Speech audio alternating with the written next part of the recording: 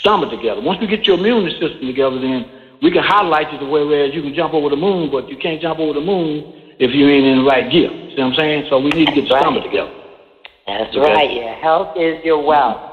I'm so thankful that you were here with us this evening, and you be well and travel safely back to Florida. And again, listeners, if you didn't have that pen in hand as he was giving out the information, the good news is that the program, of course, will be in our archives. You can listen back to it or certainly FaceTime us. We have Baba John's information and be glad to share it with you. Baba, thank you so much for the knowledge that you shared with us. We're going to move on to our dear friend Hood Mystic and try to move into the second hour of the show on some of these parts that we're doing between heaven and earth. And so that not only are we healthy enough to jump over the moon, but we actually know what the moon is doing. And, you know, before I let you go, I don't want you to hang up. I want you to hang on because Shango Wumi just passed me a couple of numbers here. And so we hope that all of these numbers, Maryland 240, and of course we have Hood Mystic there at 614-248 in Michigan, 850 in Florida, and 502. If any of you have any questions that you'd like to ask of Baba John, please press 1 to speak now. We're just going to open it up and say if there's anyone here that has a direct question they need answered right now from Baba John, do speak up and let us hear from you. Yeah? Okay then. So I guess they're all there and listening on, waiting for these astrological parts of this amazing full moon in Cancer. Baba, again, we thank you so much for being with us. Okay. Mystic, are you out there? Oh, I'm sorry. I didn't want to cut you off. What I'm saying, I'm giving my love to everybody in the sound of my voice. Oh, yeah. We're hugging you right back, Baba. You take care and have happy holidays and a very, very prosperous new year. Same to you and your radio listening audience. Bye-bye. All right. Bye-bye. Hood Mystic, how you doing over there in Ohio? I'm well. It's warm. So that's the first thing I was going to say. Are you sitting under a ton of snow or are you warm? No, we are nice and warm. We're dealing with the solar solstice. We're dealing with the soul part of the solstice. I hear you. Yes. So that must be a refreshing change, right? Because normally this time in Ohio, it's cold. Normally this time it's cold, it's bitter. It's like the first day of winter. And I wore a T-shirt and a nice little jacket or whatever today. It wasn't nothing serious, Wow. Yeah, I like the weather where it's like it's winter. It may be cold, but it's not nothing that it makes you think twice about. You just do what you gotta do. So it feels good, and the energy and of course, everything that's going on. As long as you can take it, right? Because it's going to stay with you through January and February. So you got to soak it up while it's there. Well, we've been listening as much as we could to, for those of you that don't know, Hood Mystic is through, I think you call it Pantheon. But then on YouTube, you can get his daily energy readings. And, of course, he's already had a beautiful hour-long, full moon reading. But when he comes to us, we really try and just bring the massive amounts of information that he has, looking at all the aspects and the way that these things go together, and bring it on down to earth where we live. And I said to Shango Wumi just this past week, of course, she's here for cultural studies and so forth. I said, I think I'm going to stop calling the planets by their planetary names and just refer to them all as Orishas, because for me, knowing so much about the Orishas, like Oshun over the rivers of our body and Obatala head, you know what I'm saying? So when I hear those different conjunctions or sextiles or things like that, it kind of lets me know who's playing, who's on the dance floor. You know what I'm saying? Is Obatala and Oshun on the dance floor? Is it Shango and Oya? Who's on the dance floor? Making love, right. They so we know here in this full moon, of course, need we say more at 0 degrees, Cancer full moon is in its own sign. And it's not the only planet that is actually in its own sign now. But you go ahead and fill us in on what you think we really need to know. And actually, I wanted to say that at the top of the hour, we passed through it because I think right before 2 o'clock actually was the peak of it. So now we, at this hour of the evening, have now moved into the waning. So we definitely want to hear a little bit before you're done about the new moon we're going to. So really, it was a beginning of an opening of information, and all depending on where you were psychologically, at the break of dawn, like at high noon, right? What were you doing, right? What was your mindset at 12 o'clock? Eastern Standard Time. I'm so Eastern Standard. I've always lived in the Eastern Standard Time, so forgive me to our listeners around the world. But what were you doing at 12 p.m. Eastern Standard Time is very key to where you are going to go with this energy moving forward. This was kind of like a breakthrough in a sense of consciousness and awareness. And what I would say is I apologize if you was stressed out or if you was caught up in buying gifts for your kids and you missed out on the gateway that opened up of like a rush of information and insight and direction on where you need to go with your life. And man, I've been talking about this stuff, and it's like I can talk about this stuff, and I can say, man, you just need to be clear. You just need to be open, and you just need to let things happen. You just need to let things flow, and just understand that this energy is a revealing. It's not much you have to do with a Cancer full moon, but feel it. But then again, we live on this planet where we can make choices to deal with the ego or to deal with the spirit, and unfortunately have decided to go about it the egoic way, and I chose not to. So my energy and my feeling today it may be a little bit different, and I know a lot of people may be struggling, but if there's a solution, and this astrology points to a solution if we're going to be open enough, if we're going to be able to speak to some stuff. And the reason why I say that, you said about positions being in their home places, right? So what do we know about home? Well, home is where the heart is, right? And what do we know about the heart? The heart is a loving mechanism. What do I mean? The heart is a loving mechanism. Like, how much love does your heart possess for your whole entire existence that it beats blood throughout your body, unbeknownst to your conscious mind, right? That's love. You know what I'm saying? Like, your heart don't be like, you know what? You did something, but you know, your heart can love you, but you can damage your heart and do all different types of things. But I just want to say, like, that's the initial point. Home is where the heart is because Neptune is in its home. Jupiter is in its home. Saturn is in its home. The moon is in its home, you know. And so these planets, the moon is in direct alignment with Sirius. Sirius being a fixed star, and I don't want people to get like all like hated or act like I'll be trying to confuse you. I'm just trying to say that the moon being conjunct the fixed star Sirius. Okay, when we say the fixed star Sirius, we're talking about the primary star in the Egyptian pantheon.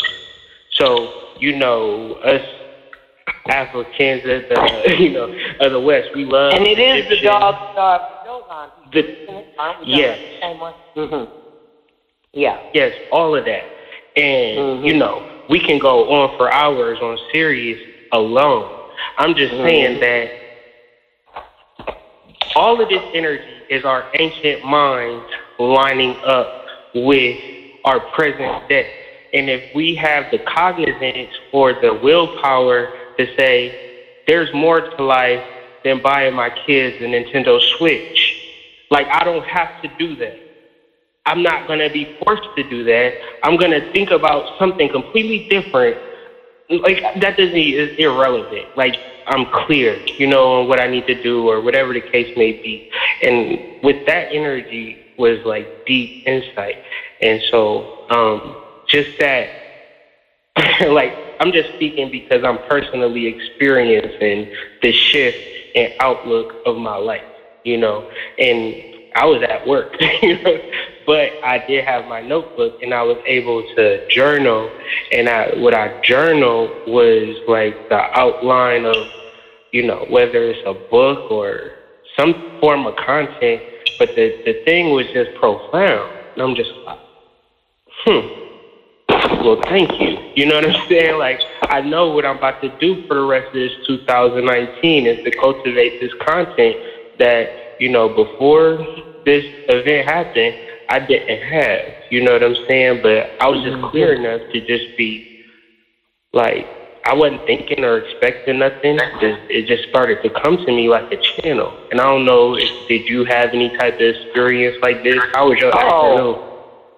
Absolutely, boo. I'm just letting you roll, okay? Because they got me up at like 4 this morning. By noontime, I was in it. It was really, you know, and home, that center of home. And, of course, it comes from, you know, in home, then we think about who raised us. What were the first homes that we were in? And in every home that I've been in, as we pull to this time of the year, it's about getting your house in order. It's about clearing things out that no longer need to be here, things that may have served you in 2018 but will not serve you in 2019. And so we were down into the temple, you know, with the scrub brush onto the rug and spiritual waters cleaning the floor. Okay, that's where we were. So when you said that, I was like, well, that's a good thing. You know, I don't mind at all, because what we recognize, at least I do, you know, the Pisces, is that, you know, I'm always balancing the amount of energy that support me. And I want to keep a high frequency, a high vibration in my sanctuary, in my temple. And so, of course, people walk through, in and out, and this and that and the other. Clear the energy out. It's just like, you know, the old women that swept with meaning was happening. So, yeah, tremendous downloads. And the more I did, the more I cleaned and cleared out and just let go of stuff, released stuff, the better I felt. And I finally really, because usually when I'm at this time of year, we're getting ready to go over to New Orleans next week to visit family. I'm always pushed, you know. How do I leave my house so that it is at that next level when I return? Because we always come back a couple of days after the New Year's already in. And at the same time, how do I prepare for the trip, which has all the grandkids and things like that? But a number of points that you hit that we could do, you know, just whole other shows on. You know, again, the households that we came up in, it wasn't so much about, well, let's just burn up the credit cards and what are the new things that, you know, and all like that. I would have the most amazing time, you know, just with my grandmothers and stuff of what, now they were seamstress, all of them, what we were going to make. And so if it was a simple thing like you got, you know, the dish towels or hand towels or poinsettias and made pillows for people, and what were you going to stuff it with? Well, maybe we should use some cedar and things like that. So the creative thing. But what it took me back to, as you were speaking about that, was just in one of these past Christmases, I have a couple of Christmas babies, one on the 26th and one on the 27th. And I always watch. I watch to see where children are most excited. And even in a room full of toys and all the little cartoon characters and things, some drumming came on. And my little 2-year-old grandson got so excited, and I looked right at his mother. I said, well, the child needs a set of drums. So we got to get some kind of drumming. We ought to make him a drum. Because that's what we do if we're smart. If we see that there are artistic tendencies or musical tendencies. Go with that. Why would you go and spend serious money to take your child's mind over into a machine that has nothing to do with the gifts that they came in with? You know what I mean? You are trying to grow the child up. You're trying to help raise the child up. So therefore, then, the good parent would say, what shall I gift my child with during this holiday season? Gift them with things that accentuate the divine gifts that are inside of them, that they're exploring and trying to nurture. So, yeah, I too feel for those that were in the malls today, but, so be it. To each their own. Yeah. I mean, that's what you just said was profound. Just profound, like, because where I'm at, like, this energy, it revealed itself in subtle ways throughout the year, but now is a culmination of what we've been working towards. And it's not saying, you know what, you really messed up this time, Kyrie. It's not that, you know what I'm saying? It's something completely different. Like, you know what, you've been diligent, you've been patient, and you've been persistent with upliftment, you know what I'm saying? And that speaks volumes in this day and age when you don't necessarily have to do that. Like, you can just simply talk about foolishness and buffoonery and be popular and be well paid, and nobody think nothing of it nowadays, because that's how downgraded the society has become. But people like you who have created these platforms to just speak to health and all different types of things, Brother L.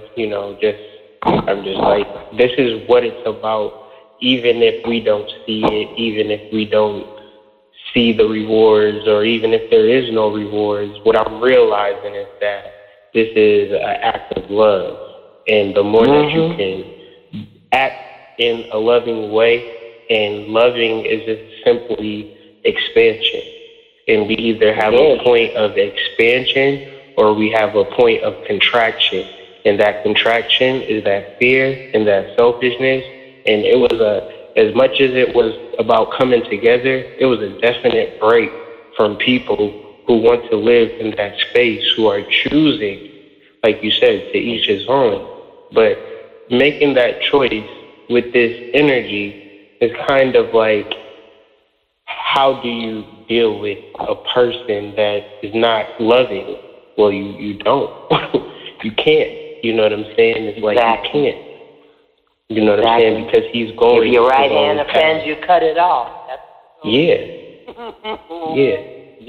And so this is what it's speaking to as well.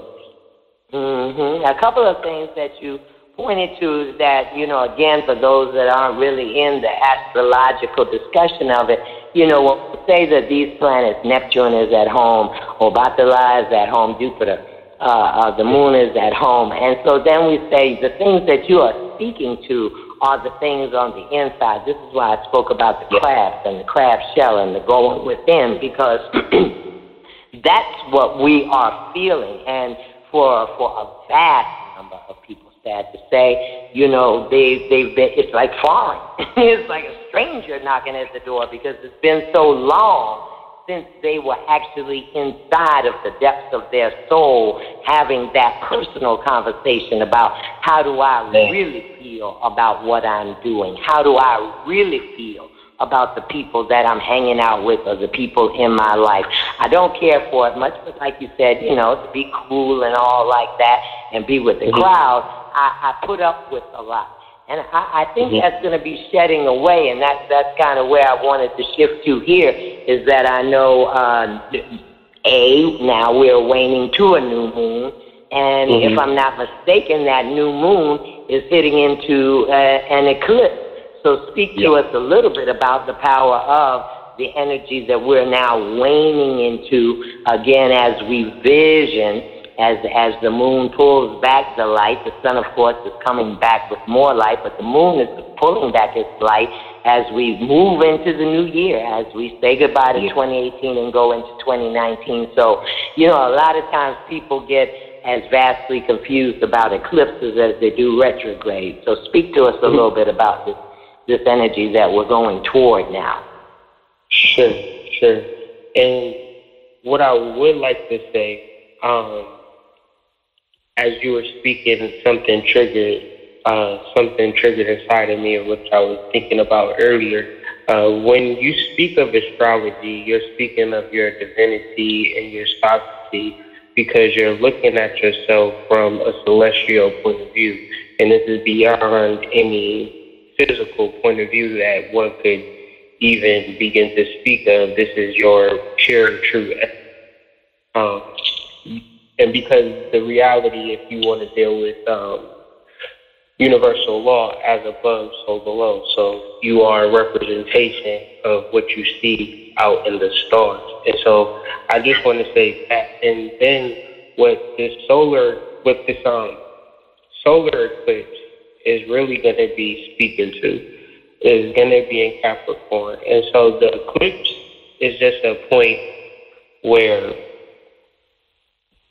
the earth comes in alignment in between the sun and the moon's conjunction. And so what that really says is that the sun is going to be blocked out by the earth. And usually with eclipses, that means that the moon takes over for however long that eclipse. That's what makes eclipses so powerful, is because the sun is being blocked out of view. Does that make sense? Absolutely. Absolutely. And now I have it clear, because that is what happens. And of course, when we have the big ones, that's why the sky goes dark for a little while, because technically that's exactly what happens. The earth is moving between the moon and the sun. I got Right.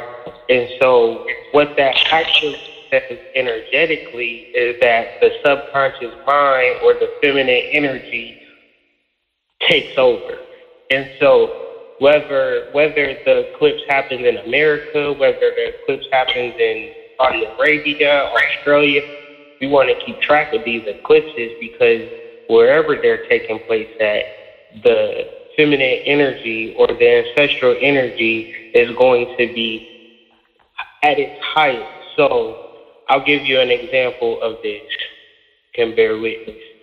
Me and her, we visit Native American mounds. We always visit American mounds. Every time we go to American mounds, no one is there. It was a solar eclipse, August 21st, 2017. We're going to go to the mound because nobody's never there. It's going to be low-key. It's going to be sweet. We get there. You would think it was a concert with the world famous rapper there. Yeah, they were giving away something. Everybody and their mama was there. So therefore, of course, and this was for an eclipse, meaning that people wanted to be, or whether they was consciously going to that place, unconsciously going to that place, but that's where it was at. To be at that ancestral place, to be where that energy floods through. And, that was a download that really propelled me, into any type of form of success, of the success that I was trying to build in my life. And remind you, that was a time way before this where I was very much striving to be a person that I am now. And it was an intention of mine to grow my channel, right, from nothing, and to be talking about astrology and not really have no support other than, my wife. And, I felt like it was my audience, and that's what it was. But, what I say when the energy is revealing itself to me, like, I've actually grown. I have tangible proof of the growth, and it's based upon the study of these stars and really understanding this energy. So and I say all of that to say, we're having a lunar eclipse in Capricorn. It's very much significant because the last solar eclipse of this magnitude was in Leo. And Leo and Capricorn, they do have some of the same qualities where it's masculine energy and it's energy where you're striving to be your best self. I really don't want to have people thinking that this energy is something that you will want to play with when it comes to manifesting real shit in your life. And I'm sorry for my language, but I want you to know that you can really manifest some stuff in your life and positive stuff that you're willing to work for too. Even Leo and Capricorn share those similarities where, of course, you could be whatever you want to be, but are you willing to work for it? And if you are willing to work for it, dealing with, this Saturn energy, which this lunar eclipse is going to be connected, right? So it's saying, like, I will reward you if you're willing to put in the effort. And you know anything about a mountain goat is going to climb to the highest of the height of the mountain to get his sustenance. And because nobody else is going to climb that high but him. So what are you willing to risk? What are you willing to put on the table? But you can achieve it, though, and I'm just want to be that person that just be like, you really can. Like, I really have the tangible proof. But, it's a lot of energy tied up into this solar eclipse that we could have a whole other episode. Absolutely. But you hit it right on the head, because that's what time it is. I did a book like that. Living Life is a Prayer, that's the name of it. Where we can get from all the talking and the chit-chat and the begging and the pleading and going on and wishing and thinking and stuff, and actually determine within ourselves how we put prayer as an action word. What actions are going to, cause an effect? What actions are actually to produce what you are hoping for or how you are setting your goals? Oftentimes, at this point of the year, a lot of people are casting down, okay, well, I did this. I don't want to die out. Oh, as soon as I get out this year, I'm going to do this and this and this for the next year. Well, in saying that, you really have to begin to step full force on the launch pad and check all of your meters and your equipment to see what you have to actually have a really significant takeoff. And I do think that I'm glad you brought it, that, of course, and because the sun is in Capricorn at this point. Have we moved from Sagittarius yet? We did just now, right? We're just like in the cusp. We're just like getting our feet wet. So we're going to be in that energy of Capricorn. And again, for those that it was just a word to me, no, Capricorn is really how you show up in the world. It's really how you are putting yourself out there. And I said that too. I said, if you look around you, you'll see that, many of the people on the big stages out there, politically and otherwise, they really obviously didn't do the work or didn't pay attention to having a little more discipline as to how they show up. And what happens, then it backfires, or down here or at the lower level, or like, from your side of the street, the hood, where people just say, oh, well, I was really hoping for that, but I don't know, it don't look like it's coming. Well, you know what I mean? It's kind of like putting the pot on the stove to cook something, but you didn't turn the stove on. There has to be a correlating action that moves these prayers and dreams and visions forward, particularly in Saturn, particularly in this time of restrictions and challenges and showing us our own limitations. And either you're going to pony up and decide that you're going to overcome those limitations, or what you made of, as my godmother would say. This is where, they test your metal, see what you're made of. Yeah. Right. So that's powerful. Right on. And now here's another little shady part for me that I knew I could come to you with it. I've been hearing all these different reports and everything, and I'm just not really clear as I am now on that.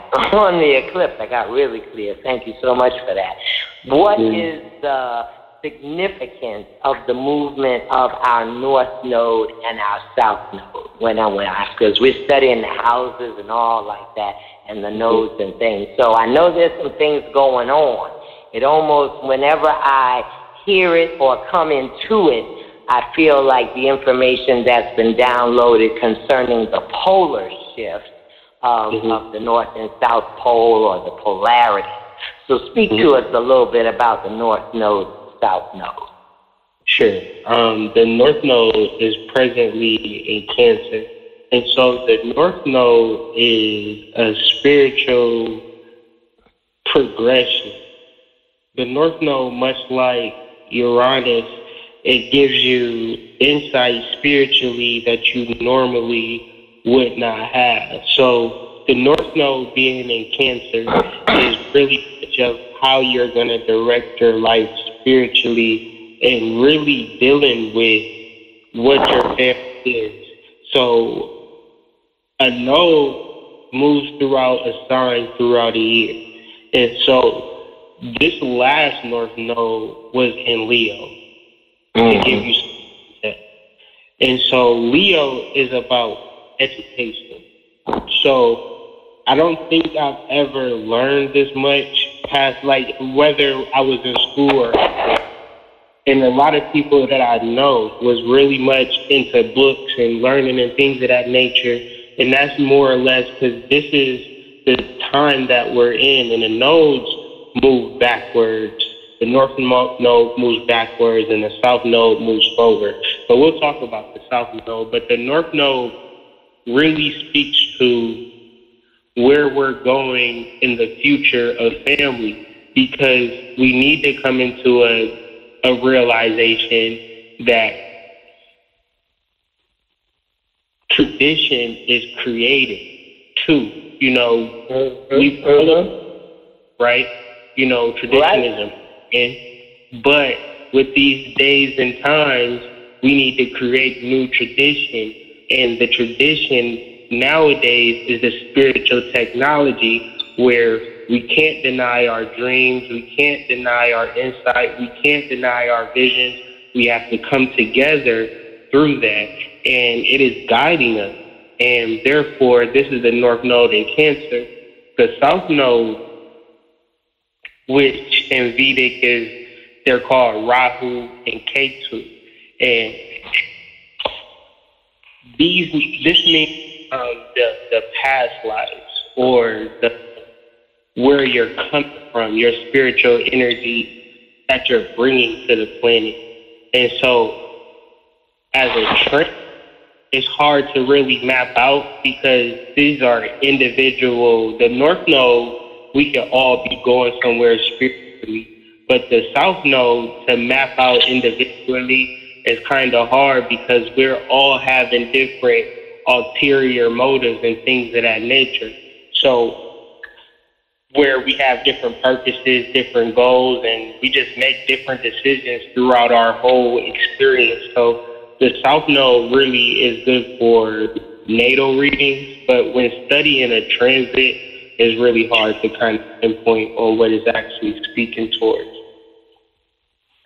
Yeah, I noticed on the natal chart, you know, it immediately tell you the North Node, but I don't think that the South Node is as prevalent there. But that's a very fascinating thing. Again, you brought great clarity, because when you say the North, like where you direct it, I think, of course, of this time of year, the North Star. The wise men follow the North Star. Where you going? What's your direction? And then the South, like your past, what has brought you forward? I think that's a very, very good point, because a lot of times when people do say that word tradition, they think, you know, and many, at least, of the young people that I meet in the woods around the campfire, they're somewhat lost. They feel like little orphans, like, well, I don't know, my family didn't really have any traditions. And I'm like, of course they did. Think of the things that you do systematically, whether whether or not that comes from your cellular memory or that you actually did it every Thanksgiving or Christmas or whatever, your traditions are there. And if they are scarce or they seem distant from you, that would just show you the clear opportunity, as you said, to recreate new traditions, reinvent new traditions. And they're not that new because the tradition has some type of a base level that you're building from. There's some input or some idea that says, let me, just to your point, as you started out, season of building upon. And again, I come back to that 0 degree. You know what I'm saying? If you add 0, hey, head for 1, okay? You're not going to stay at 0, so automatically it tells you this is an energy that is building, is raising. You can maybe pull out the driveway at about, 5 or 10 miles an hour, but you ain't going to take the whole trip at 10 miles an hour. At some point, you're going to accelerate the pace at which you're moving at. And winter is that time where we're sluggish. We're a little more laid back. But I think that mountain goat, that eclipse energy that we're moving to is going to pull us forward. And I heard a lot of astrologers speaking toward that, so to speak, the downloads that you and I are speaking of, different, people call it whatever. It's their sixth sense, they heard a voice, they just had an impression, whatever it is, it's download. Information coming into you from source, giving you an idea or turning on the light bulb upstairs, and so you go, oh, okay, that looks like a good direction, and, weigh out, what's your backup? What are your tools going forward, So as we move around there, and we hit that point earlier of the celestial bodies each being in their own homes, I'm very thankful personally. My mother and father, Arisha, are both at home and moving direct, because I don't want to be caught in the smoke screens or the veils or the illusions of Neptune. I really do want to move with a level of clarity. You know what I'm saying? It's good to respect the mystery. It's good to know that there are some things out there that we have to wait until they come into season to be revealed to us completely, and yet we have a course. Our heart is leading. And if I've heard anything over and over again from this Cancer full moon on the solstice, it is that, let the heart lead. And what you, because what you feel, you'll follow. It's like the bumper stickers they have, follow your bliss. If it feels good, you probably should move in that direction. If it doesn't feel good, that is a clear indication to stop. That is a clear yellow light caution. It doesn't feel good. Something about it is not resonating with you, and there's probably a reason for that. Yeah. Am I right? And it's going to actually reveal itself that way. And the problem is when it does reveal itself that way, how do you handle it? I think Neptune being in retrograde for a majority of 2018 created a vibration that, it threw a lot of people off. Absolutely. It really threw a lot of spiritual people off and down to get back on your feet, to, dust your pants off and, continue to ascend is very simple, very easy, and you'll be picking up right where you left off at, but you just got to know to take those initial steps. And that's really the problem, is just taking those little baby steps to get to these certain points of, altered states or meditation or meditation, whatever you take to get you into that zone where you could just step away from the human life for a second, and just tap into something spiritual. It will serve you, and not being afraid of it, because, this energy tough to deal with and very tough to process, and a lot of people needed help. And now we're where we're claiming our energy. And I started off with saying, studying this has really allowed, melanated people to reclaim their divinity and sovereignty, and, and that's not a lie. We are autonomous when it comes to the celestial realm. you know, they could say what they want to say about us, but, you know, celestially, once we uncover this, you know, we're going to be able to reclaim a lot of what was taken from our ancestors and get that back and more, and just knowing that psychologically we're sound and we're healed. I think this generation and my children, you know, that generation is really going to bring the healing, and really this energy is speaking to that. Like what I'm saying is like the babies that are being born under this energy, like it's just so profound, you know. And you being a spiritual midwife and you in that game, I know you see these newborns entering the planet, you know, so majestic and so full of wisdom and light, and it's like, you know, that's what it's really about too. You know, there's a lot of different things happening. Like, you know, there's things that's happening presently, but there is that. I think the elder was speaking, Baba John, which is actually my son's name, John. Mm-hmm. But he's saying how, you know, you guys that spoke about the children piece and how the children are being raised incorrectly or not, you know, with the utmost of their divinity at stake, or realizing that, you know, and it's just a real thing that's happening. So, you know, the astrology speaks to that as well. Absolutely. And it's the small things that bring on the large, you know. When we look at it, I have 12 grands, so you already know, and I do call them grands because they're grandmasters return. There's no question. And, you know, I'm never bored when I hang out with my grands because we explore all types of things. You know what I'm saying? And we could never leave the room.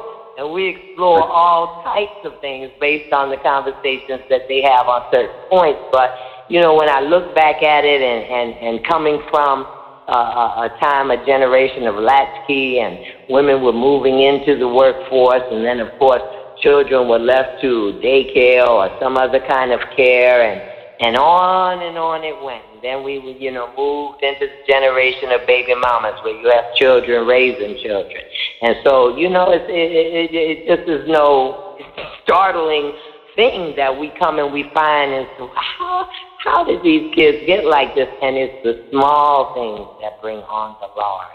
For the number of people, and I'm sure you have them as well in your clientele, that are dealing with children that are not even free this holiday season, that are incarcerated, or that are addicted to different drugs, or addicted to different things, or addicted to a certain lifestyle, you know.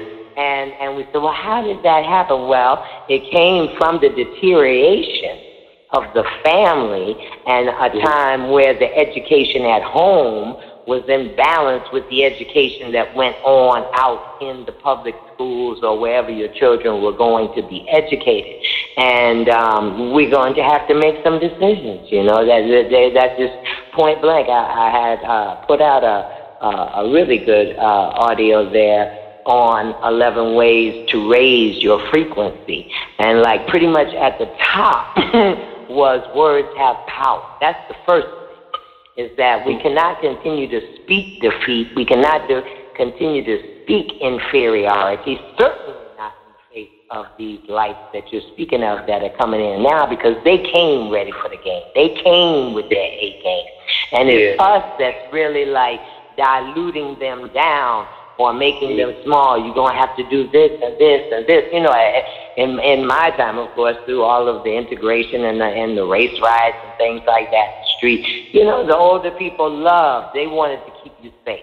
So they tell you certain rules that you had to go by just so that they could make them themselves feel better about your safety. Nowadays, you know, it seems like the gauges of, well, we want to give you your free will, and no, we don't still believe children should be not heard. So, you know, you say whatever you want to, and next thing you know, you got a teenager cursing you out to your face. And so you wonder how you got on that street, but you have to make some decisions. I'm speaking now to young parents that are raising children and with no idea. I mean, if you think the headlines are really crazy, try to take your mind out 5 to 10 years from now when your young child might be a teenager or going through puberty or these types of things. And, you know, it's just a fair question. From the conversations we were having with Baba John, are they going to have enough health to actually be there well? And what we're speaking about is their spiritual IQ going to be of a level where they can accept a lot of things that none of us have even yet seen. We haven't even perceived what they're going to be dealing with. Right. We can't even fathom. And the only thing that may or not...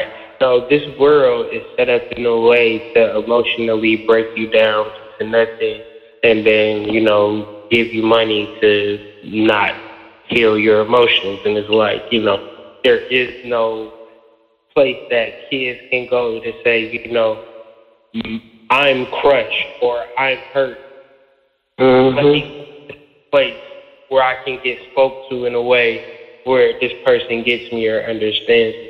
You know, so therefore, you know, whose responsibility is that? You know, I try to be, you know, dealing with these platforms and dealing with technology and dealing with these young kids because generally, maybe if you can get 2 or 3 or 4 or 5, you know, you're doing a good job, especially for them to be asking spirituality.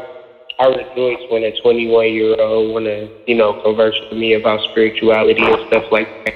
What I'm saying is that we got to be able to have a conversation with them without, you know, judging them or trying to tell them something. It's hard for me to even put myself in the mindset of a 21-year-old.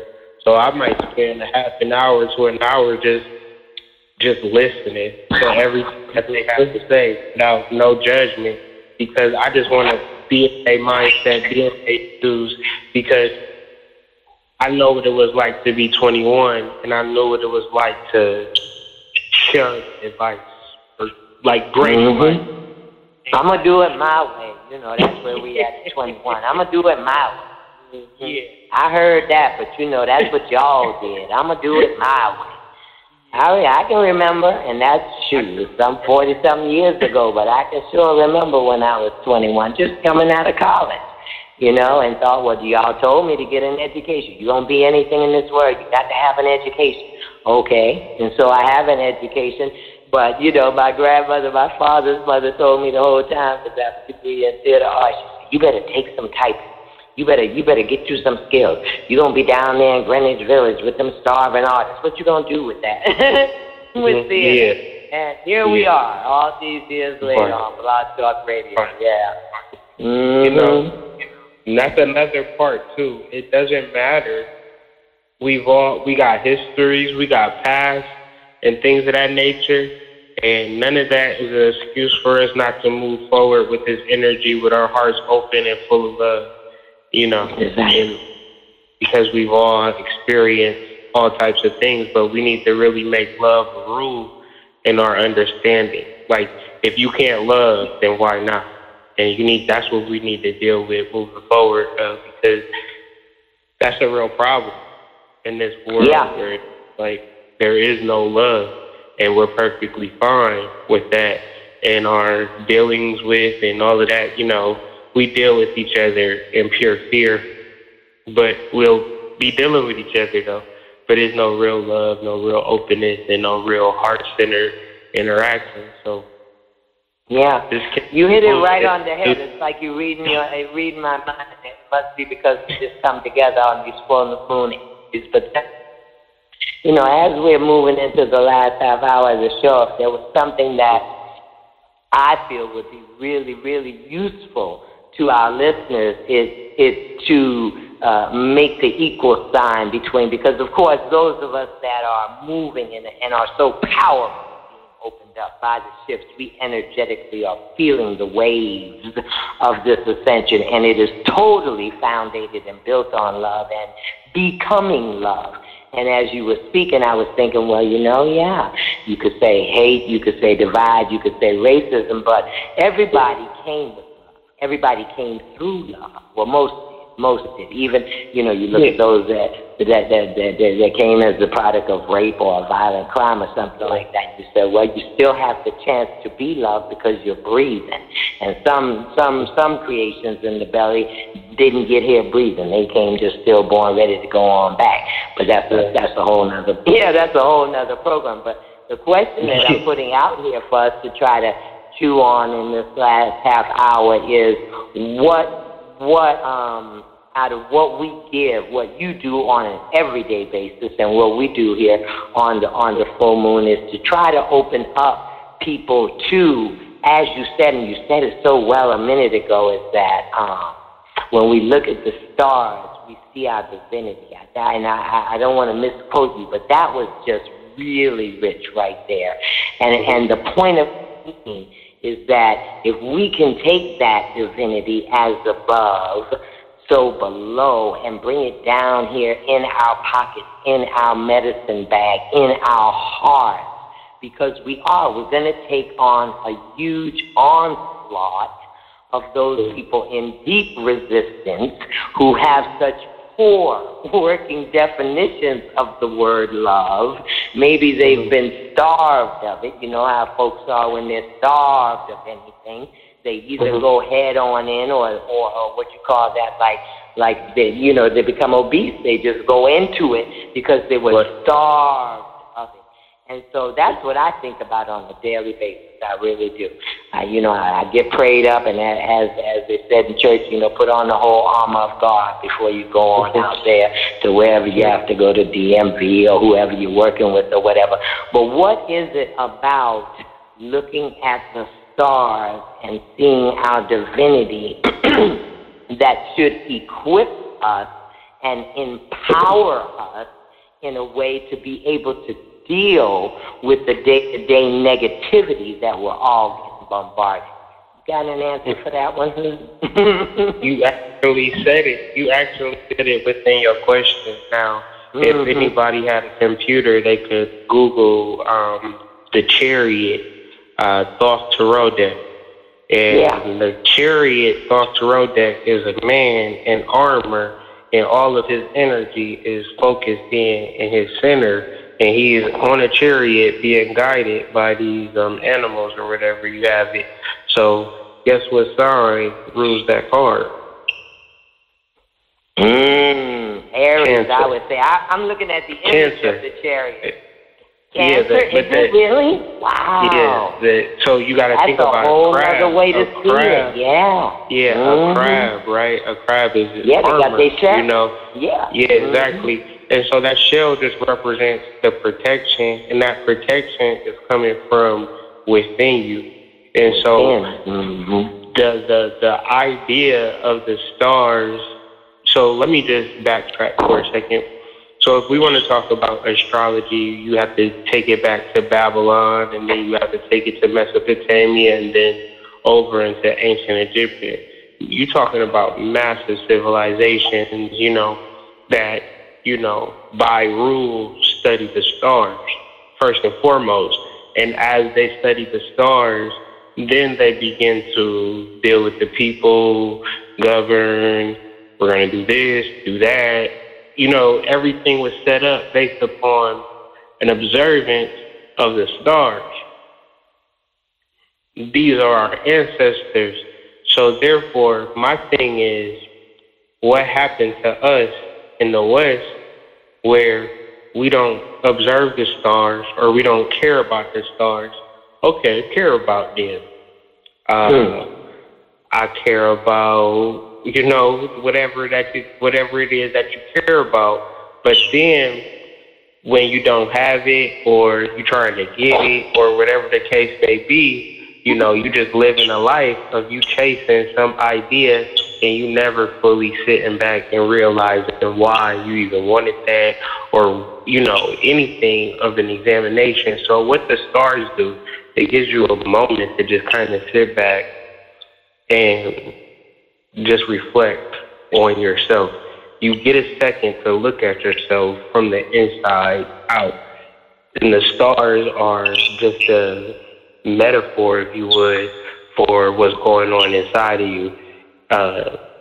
Oh. This is why they call it esoteric, because it's something it's a process of what's going on inside of you.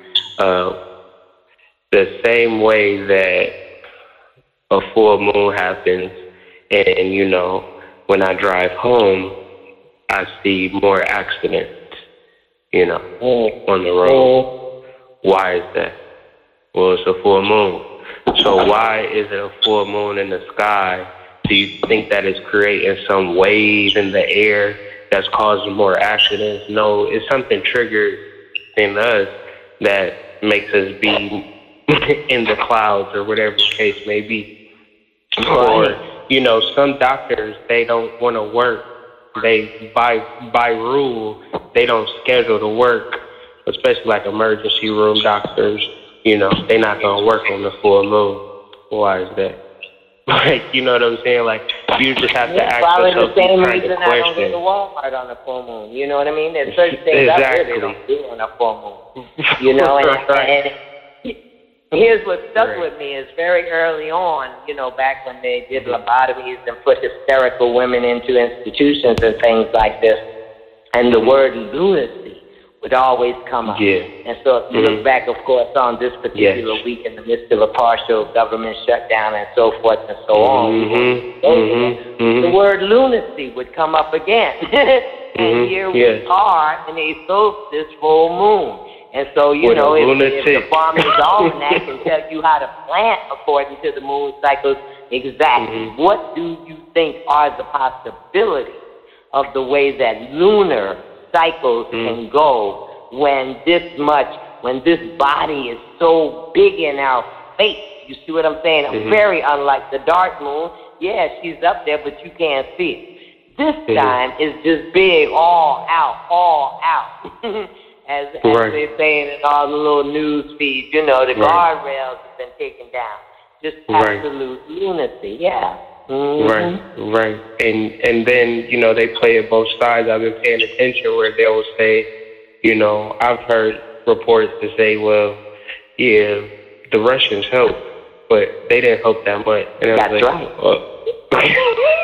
Yeah, what they fed into was already here, been here. Yeah. You know, so this is what I always say. Make America great again. Just tell me exactly when America was great. And I'm not trying to take away from who we are, but you just cannot rewrite the history. The history is what it is. No. It is. Yeah. It's a seed going on in this country that's being really exposed. And therefore, where we're as conscious people, we can really take over and step up into this energy, because it's something like what would happen to us in our downfall. You figure, in all of my history that I study, and you can correct me if I'm wrong because you are an elder and I respect you, but if us as black people never fought with each other, then there would have never been no room for an invader or a colonizer. But the mere fact that we couldn't get along allowed that space for the quote-unquote white man to wreak havoc. But if we never created that initial beef, it would have like us unified, right? You would have never even thought to lay a show. Now you get that place where Africans sold other Africans into slavery. Africans that was tired of the dirt and the drums and all like that, and saw the white man coming on ships and said, oh, I want a piece of that. And they got spices and gold and jewels and say, I want a piece of that. And yes, I am willing to sell out my village or that village next door if we don't really like them. They try and take out property. Right. Yeah. And so, you know, to really get into that, talk about Raku and the other one, you know, the North, where we have come from and what we're going toward, there was a switch and a glitch in the humanity, and it would do us well, wouldn't it? So that we wouldn't have to just keep repeating history. If we could pinpoint that in our divinity, in this human experience, if we could pinpoint that says, you know, and here's the things that I have found even now when people, give a compliment or something like that. I always, not for myself and for that other person, say I'm just another reflection of you. It's kind of like the Mayan position. Yes. I am another you. And so if we can really see our oneness in that, even though the person I'm looking at sees themselves as their outer appearance being completely different from mine, if my way to receive their love is to give it back to them, and that's another one that older people used to tell you, well, love is in love until you give it away. And so if you just give it back, that I'm just, you're just looking in my mirror seeing yourself. I'm looking in your mirror seeing myself. And we bring this equalizing factor between us, because I think that we're all really deceived. And this is to your point about Neptune being retrograde so much of the year, is that, that big piece of that illusion was, I don't know, maybe we thought, like pennies from heaven or manna from heaven, the kumbaya moment was just going to drop down. It's not going to just drop down, as you said a minute ago. It is from within.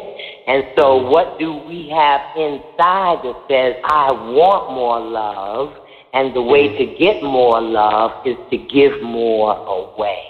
You see, and light attracts. Look at the magnet. You like attract. And so if you all bitter and hateful and just foul-mouthed stuff, that's what you're going to attract. It's just simple math right there. Right. And I would say, earlier today, the idea has struck me, I'm breathing right now. Why am I breathing? Well, I'm breathing because I have to. If I don't breathe, I'm going to die. And so why can't love be like that? Why can't we love for the sake of loving? Because we need to love. My best moments in my life is when people showed me love, or when I showed love to people. And so creating those moments is what I tend to do, and all of them, I'm in service. Every day, all day, I'm talking to people and I'm helping people, so it's just like, that's something that nobody can ever take away from me, whatever, this is something that I do, something that I do well at, so it's like, you got to know what you want to do and how you, whether it's singing, maybe singing is your form of love.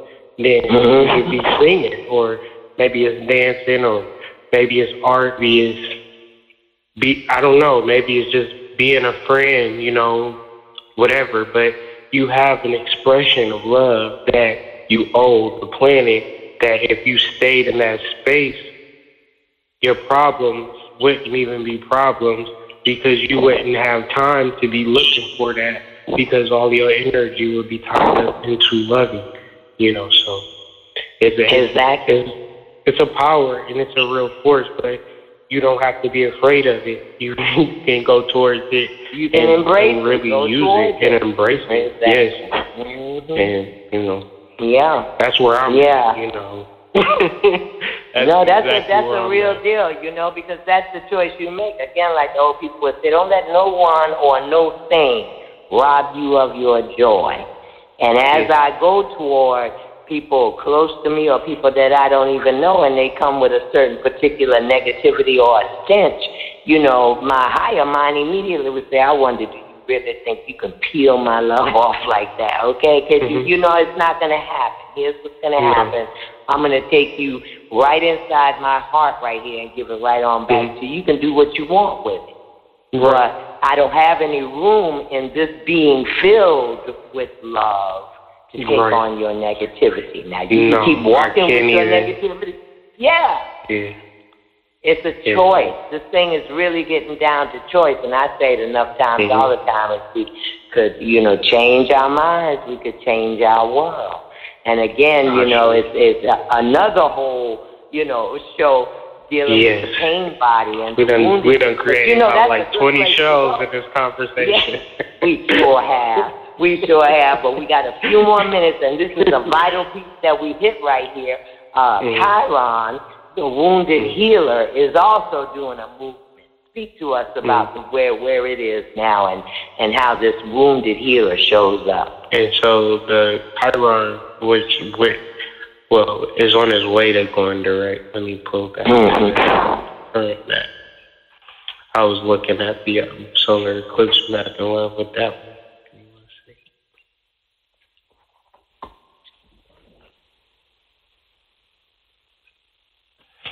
So Chiron is actually, I'm sorry. Wrong year. All right. Chiron is at the 27th degree of Pisces. And so that actual spot is where it speaks to abundance.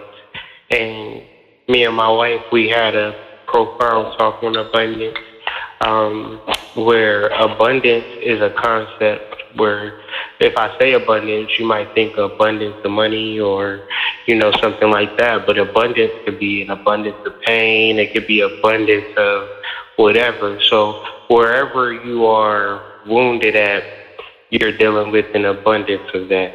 And that don't have to be the space that you want to stay in. You could be a healer like Sangoma and be dealing with an abundance of healing. And I'm sure she can spout off experience after experience of how much healing and how much abundance she has to share with the planet through healing, through transformation, because she's dealing with that Scorpio energy where it kind of forces you at a certain point to transform that energy.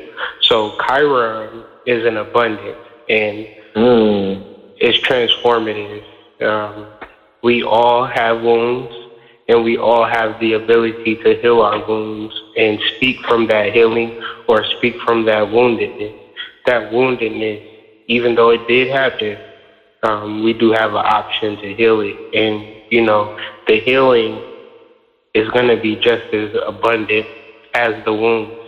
So maybe you feel like, well, I've been wounded a lot, Mystic. I've been wounded a lot, Sangoma.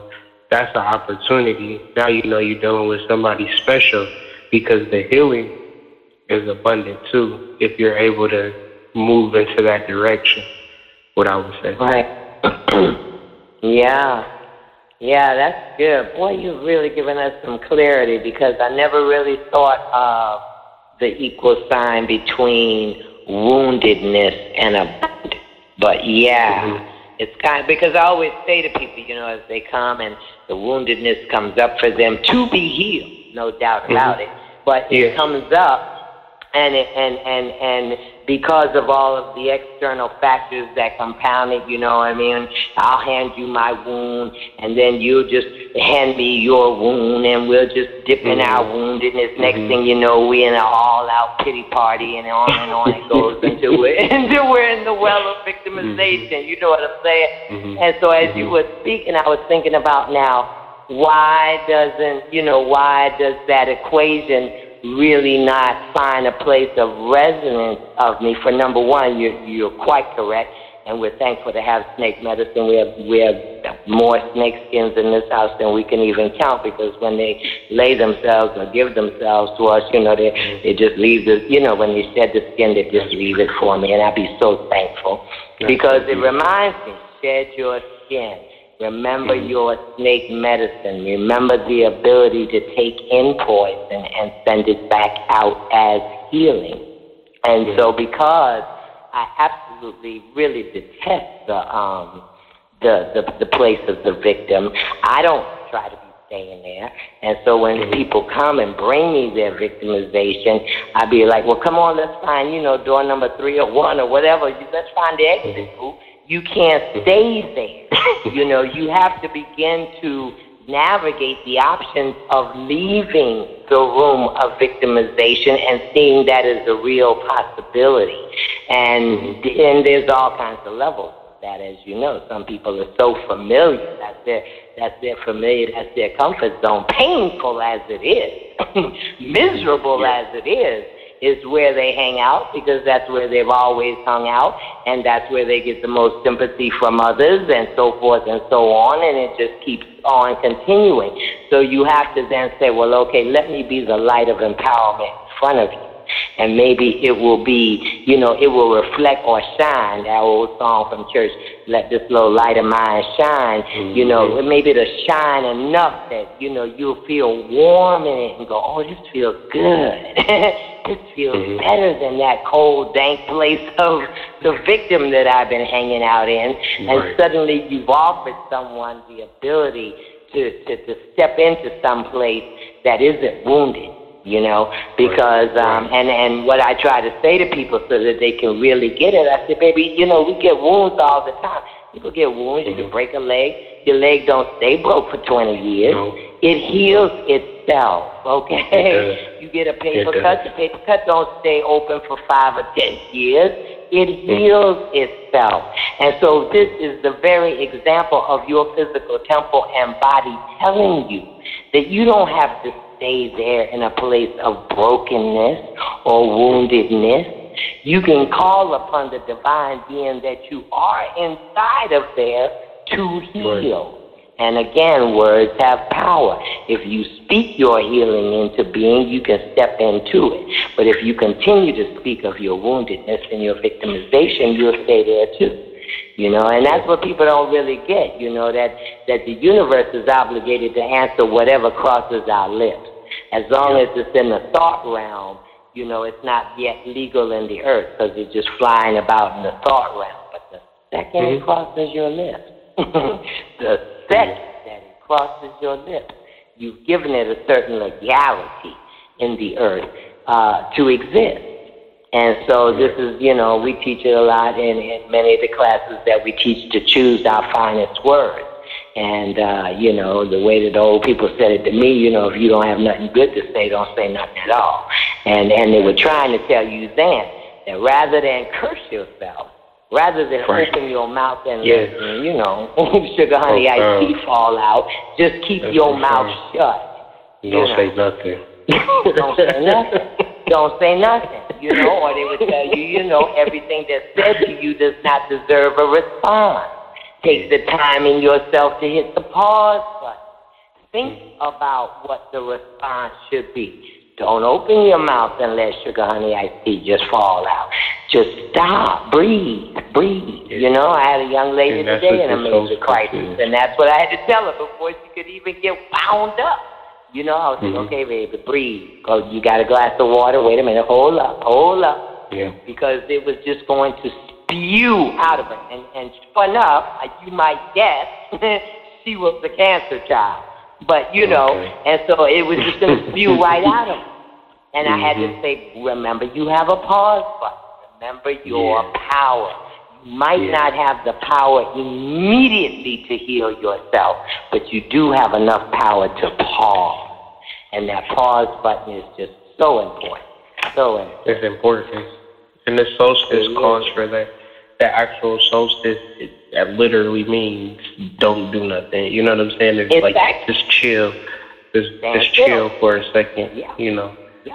Don't be caught up. Don't be stressed out. And we're dealing with the moon, and Cancer is emotional. So, you know, this whole week we've been trying to be emotionally sound or programming our emotions to things that's going to bring us the emotional responses that we want energetically. And so if we're not mindful towards that, then we can get caught up very easily in whatever. Very easily. Oh, they got fish hooks everywhere around you. You can get hooked so fast, quicker than your eyes will blink.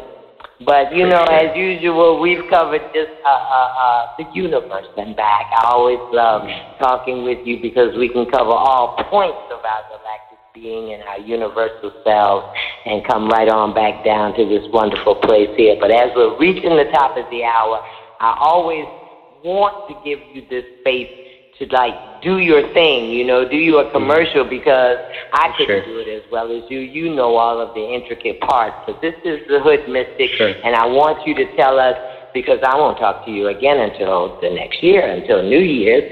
And for those that haven't picked it up by now, This is an amazing divine astrologer on the phone. And so tell us how and what you do. You know what I mean? Do you do tarot readings for everybody? Or, you know, tell us all of what you do. Mm-hmm. Sure. Basically what I've been doing is, you know, providing a platform for people like myself to be psychologically sound. Two words you rarely hear together are the words black psychology. And so that's my passion. And when you understand psychology, psychology is just basically the study of the soul. And the most important component to my life, my being, is my soul. And so from there, I delved into esoteric astrology.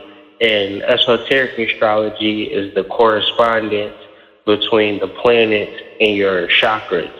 And so deal a lot with chakras. And when I deal with astrology, I deal with Vedic astrology, Western astrology.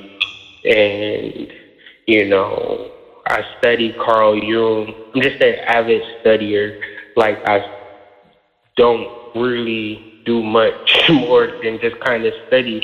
I just, like, put my life and my study seriously, and this is kind of the documentation. And so every 2 weeks I put out an article on my website, www.hoodmystic.com, and I outline the current or upcoming celestial event, full moons, new moons. We did that all through 2018. That was a huge success, and we're going to move into 2019 with the same energy of just documenting these celestial occurrences and how they correspond to our daily lives. Another thing for readings, very simple. You go to www.hoodmystic.com and you click the first link, which is to schedule a reading. My prices aren't expensive. 30 minutes is $40. Hours, $50, and some different things on there, but they're not expensive. But I'll give you an intuitive reading for your time, your energy. We'll talk about whatever you want to talk about. I just want you to be clear moving forward into 2019. I've done some adjustments on my pricing and things of that nature, because what I'm going to do moving forward is just to make sure people are psychologically sound. What you wouldn't get from my readings is like, I don't know much about your boyfriend or your girlfriend and things like that. Or like, I'm not like a relationship guru or nothing like that. I'm going straight to the soul, straight to the conscious. So if you want a reading to that effect, contact me there. If you just want to talk about anything outside of what I just put out, hoodmystic@gmail.com is a great way to reach. Awesome. And of course you have the daily energy readings, which you love Monday through Friday anyway. Monday through Friday. Yeah, those are good. I've opened them up to questions too. So, you know, if you have some questions, be sure to join my YouTube page, subscribe to my channel, hit the notifications, and there you'll be notified every time I go live 5 days a week. It's a live chat. That's what I was going to say. Yeah. We just detail the astrology daily and just kind of like the news, but the astrology news. So it's fun. It's a great creative expression for myself. I love it, and I get good responses from it. So I'm going to continue that throughout 2019 as well. Awesome. Well, I don't know that we're going to do new moon and full moon coming in 2019, but for sure we'll see you back here for the full moon in January. For sure. We appreciate your time. We do. No, I appreciate you. This was so beautiful and so fluidic, and you know, I enjoyed myself. Hope you guys enjoyed the content and the conversation as well. Absolutely. So we're being musicked out. So we're gonna release you and have a wonderful and abundant new year. And we'll talk to you in 2019.